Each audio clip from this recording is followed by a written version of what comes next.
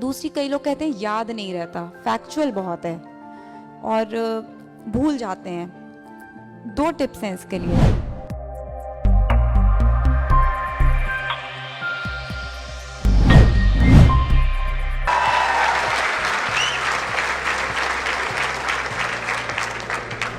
Prelims की बात करती हूँ।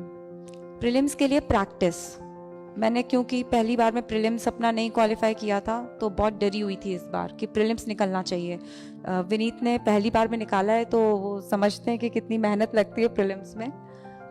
जुलाई से मैंने भी जुलाई अगस्त सितंबर 3 महीने लग करके, देखिए जब शुरुआत में पढ़ाई करते हैं ना आप, तो ये मत सोचा करिए कि प्रीलिम्स के लिए पढ़ रहे हैं या हम मेंस के लिए पढ़ रहे हैं, इंटरव्यू के लिए पढ़ रहे हैं। होलिस्टिकली पढ़िए, बस पढ़ने आए हैं। मैंने आपको जो पहले महीने में करने को बोला है, मेंस प्रीलिम्स दोनों के पेपर एनालाइज करना, तो जब भी पढ़िए पूरा पढ़िए और फिर उन पेपर्स को देखिए कि क्या वो बन रहे हैं, करते बन रहे हैं, बन रहा है, कुछ छूट तो नहीं रहा।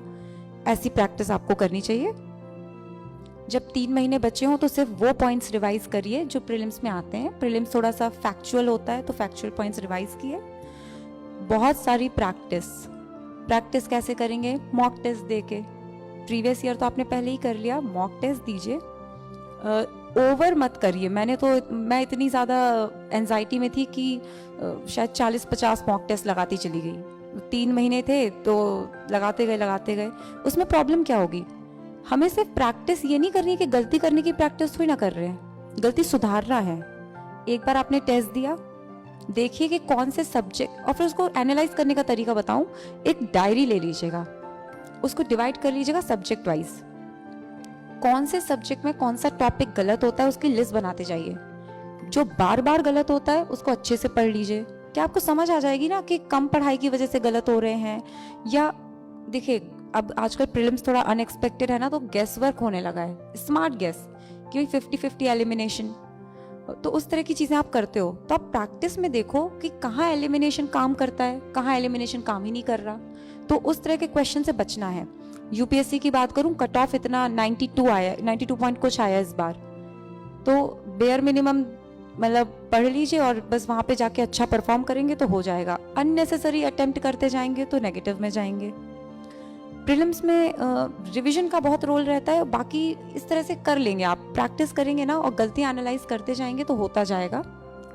मेंस पे आ जाऊं, आंसर राइटिंग।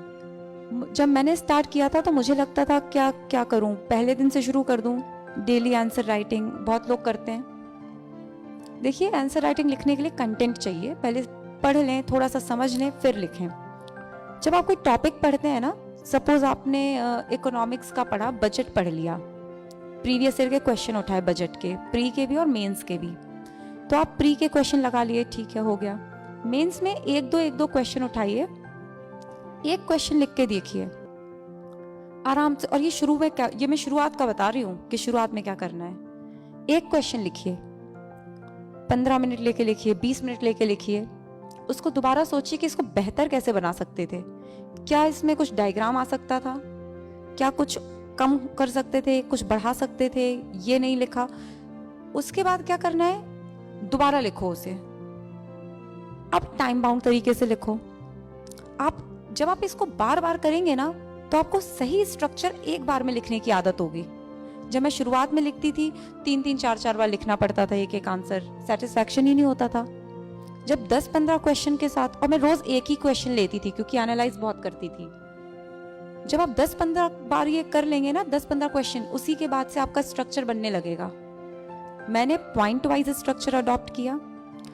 डायग्राम और जो फिगर, ग्राफ वगैरह, मैप बनाना चाहिए, अननेसेसरीली नहीं बनाना चाहिए कि अच्छा खासा पॉइंट में लिख रहे थे तो वो गोला बना के और वो एरो बना दिया, कुछ बना दिया।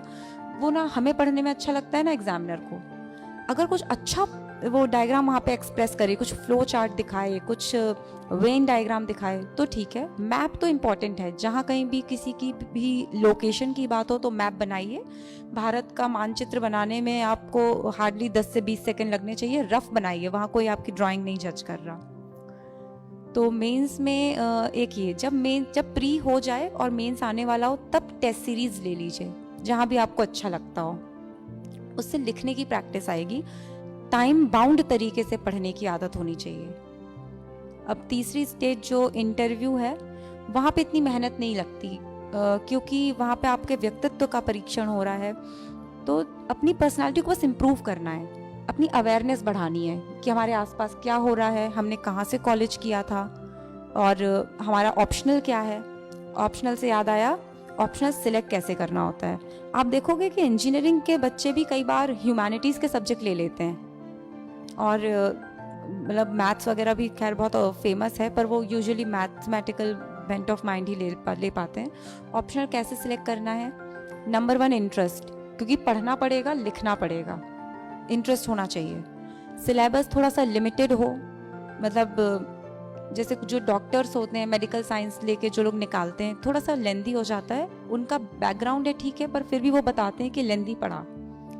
तो सिलेबस थोड़ा सा लिमिटेड हो, रिसोर्सेज अच्छे से मिल जाएं, और थोड़ा सा प्रीवियस ईयर में उसका परफॉर्मेंस ठीक ठाक रहा हो, मतलब बच्चे निकलते हों वो ऑप्शन लेकर के। मैंने तो सोशियोलॉजी लिया था, 2 साल डिग्री के हो गए थे, कुछ ज़्यादा याद नहीं था तो, और फिर इंटरेस्ट भी थोड़ा सा सोशल चीज़ों के बारे में हो रहा था, तो फिर मैंने सोशियोलॉजी ले लिया। और ऑप्शनल की बात भी हम क्वेश्चन सेशन में कर लेंगे अगर किसी को पूछना हो, क्योंकि सोशियोलॉजी सबका नहीं होगा। इंटरव्यू में थी मैं, हाँ। इंटरव्यू में बाकी अपनी जानकारी, मैनरिज्म, जब आप वहाँ पर जाएं आपकी ड्रेसअप ऐसी हो कि भाई आप एक ऑफिसर बनने वाले हैं, तो कैसे दिखना चाहिए आपको। जो लोग होते हैं वो काफ़ी एल्डरली हैं, एक्सपीरियंस्ड हैं, तो मैनरिज्म आपकी एक politeness in your behaviour, don't interrupt, don't argue, give your arguments with logic, but don't just be rude with them or just run behind a fact or something. इस तरीके का अगर आप रखेंगे, थोड़ा out of the box solution. जैसे मुझसे पूछा मध्य प्रदेश टूरिज्म, तो मैंने बोला बहुत सारे फोर्ट हैं यहाँ पे, तो एक रॉयल वेडिंग डेस्टिनेशन भी बना सकते हैं इसको, और बना भी रहे हैं।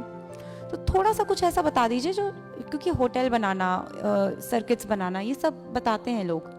मेरा 193 है इंटरव्यू में, एक्स्ट्राऑर्डिनरी नहीं है लेकिन डिसेंट है।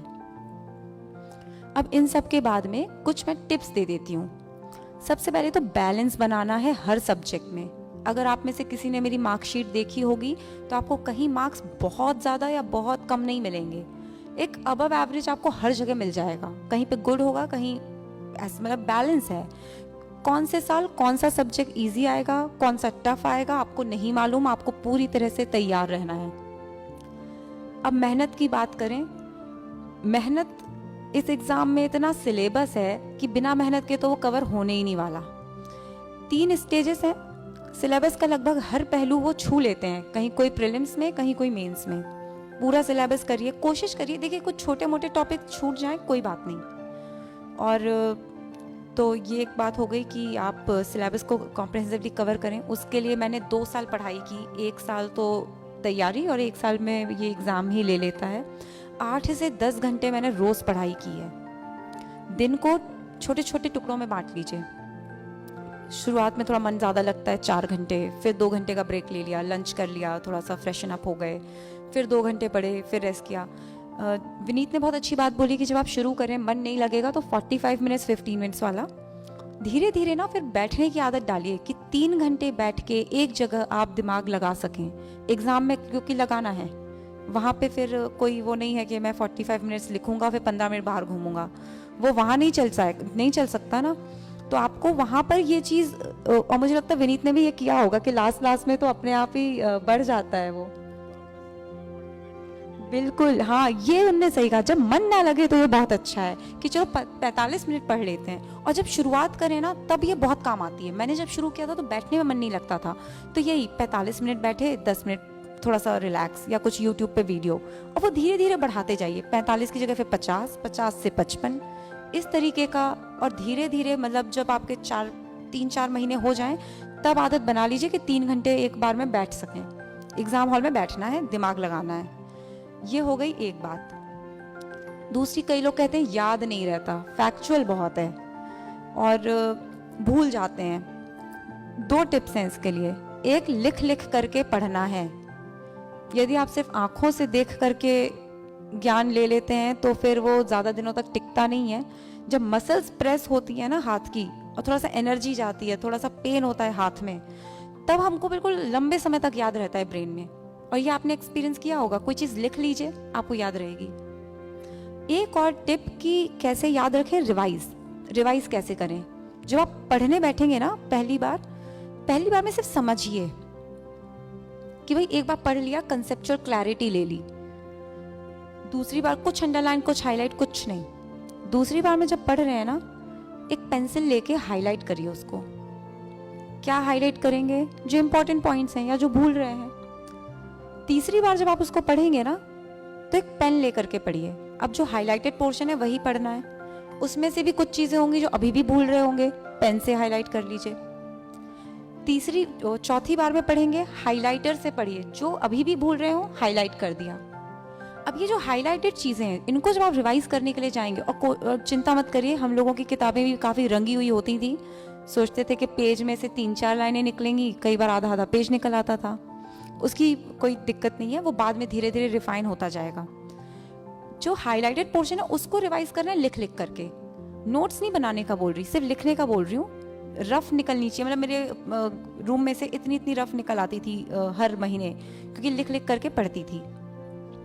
ये 2 चीजें आपको काम आएंगी जब रिवाइज कर रहे हैं। आप हाईलाइटेड पोर्शन रिवाइज करिए, ज्यादा भूल रहे हैं स्टार मार्क लगा लीजिए।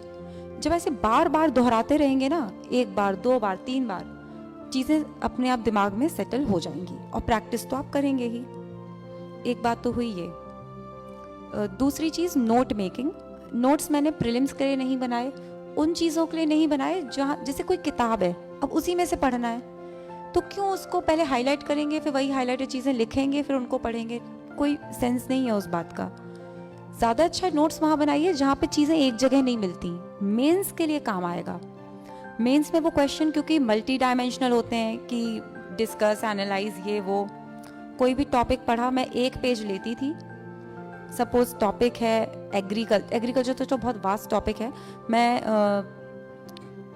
कौन सा टॉपिक बोलूँ मैं, चलिए प्राइवेटाइजेशन ले लिया। व्हाट इज प्राइवेटाइजेशन, अभी क्या हो रहा है, इस तरह के 2-3 लाइन में। इसके चैलेंजेस क्या हैं या प्रॉब्लम्स क्या हैं, इसके एडवांटेजेस क्या हैं, what is the government doing, government को और क्या करना चाहिए, और एक ओवरऑल विजन क्या है हमारा। विजन आपका कंक्लूजन बन जाएगा। मेंस के आंसर राइटिंग में डेटा इंपॉर्टेंट है, क्योंकि कई बार खोलने में क्वेश्चन को वो मदद कर देता है आपकी। तो क्या करना है, शीट्स लीजिए, हाफ में डिवाइड करिए। एक लिखिए एजुकेशन, विमेन, जो डेटा मिले, डेटा अच्छी क्वालिटी का, ये उल्टे सीधे सोर्सेस नहीं। यूनाइटेड नेशंस के जो आते हैं, UNEP, यूनिसेफ, जैसे यूनिसेफ का कोई डेटा आ गया एजुकेशन पे, एसर की रिपोर्ट है, मिनिस्ट्री ऑफ अर्थ साइंसेस का एनवायरनमेंट को लेकर के, ऐसे WHO का कोई रिपोर्ट है, ऐसे डेटा यूज़ करिए। इकोनॉमिक सर्वे का डेटा यूज़ करिए, बजट का डेटा यूज़ करिए, और कोट करिए कि according to economic survey this. उससे क्या होता है, क्वेश्चन को क्रेडिबिलिटी मिल जाती है। और ये आपको हर एक टॉपिक के लिए बनाना है डेटा शीट, ये आपको बहुत काम आएंगे। एसेज वगैरह लिखने में भी आपको ये हेल्प करेगा।